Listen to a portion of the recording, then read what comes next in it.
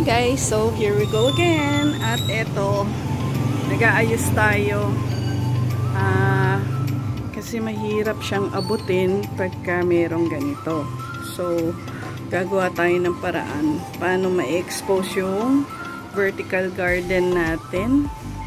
And at the same time na nakapatong yung mga plants natin dito. Ayan. Tapos baka ito ating sayote, lilipat natin dito sa ating vertical garden dito sa kabila. So bala ko dito ko siya ipapatong, i-embrace ko dito sa ating para dito na lang siya mag-roll.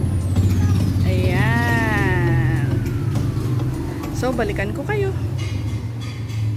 Pakita ko lang sa inyo ng malapitan. Meron na tayo isang okra.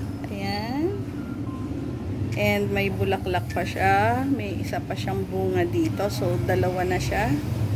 Ayan. Para makita nyo. Ayan. Ayaw mag-focus. Ayan. Ito. Meron na din. Tsaka eto, ayan, yan yung mga okra natin. Tatlo yung okra natin eh. Lahat to guys yung almost dead na.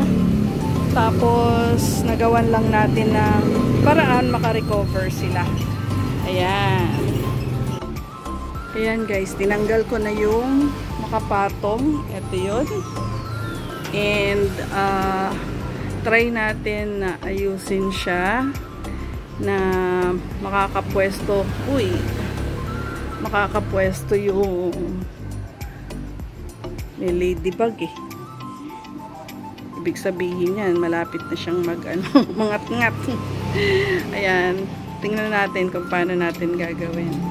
Eto guys, nilipat natin sa baba. Bali, i-hide natin. Kaya lang naman natin di mababa dahil kay Beauty eh, yung aming doggy baka ngat-ngatin. So, i-hide natin yung patungan.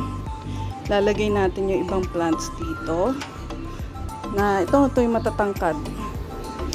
Then, ginawa natin guys, kasi itong door na to, hindi naman to, lang yan, extra exit and entrance sa tindahan. Pero dahil ngayon di tayo nagtitindahan.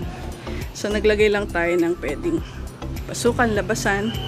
Bakit natin ginanito? Para mas accessible sa atin sa harvest. Pag-harvest.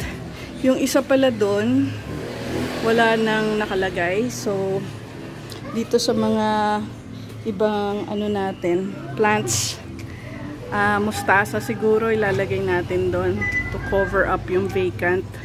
Ayan. So, madali na tayo makaka-harvest ng ating mga basil. Yan yung mga basil nating matataba. Ayan. So, pansin nyo. Ayan o. Ayan. Ang dami ng cuttings. Kasi ang dami na tayong times na nag-harvest. And mas tumataba sila pagka nababawasan. Ayan. So, tuloy natin. Ayan guys, ito muna yung natapos natin kasi may errand pa tayong ingay sa labas. Dami nagsasalita. So, ito yung ginawa natin. Meron tayong kahit paano if ever na kailangan natin pumasok, lumabas dyan. Ayan, meron tayong madadaanan. And naging accessible yung ating vertical garden. Tapos, pinagtabi-tabi na natin yung okra. Ayan, naglagay pa rin tayo dito ng oregano. Ayan. So, ganito yung naging arrangement natin for now. Ito, hugasan natin. Tapos, andito yung sa likod, nandito yung ating luya. Andun yung turmeric natin. Tsaka alugbati. Tapos, naglagay pa rin tayo dito ng oregano. So, may space pa tayo.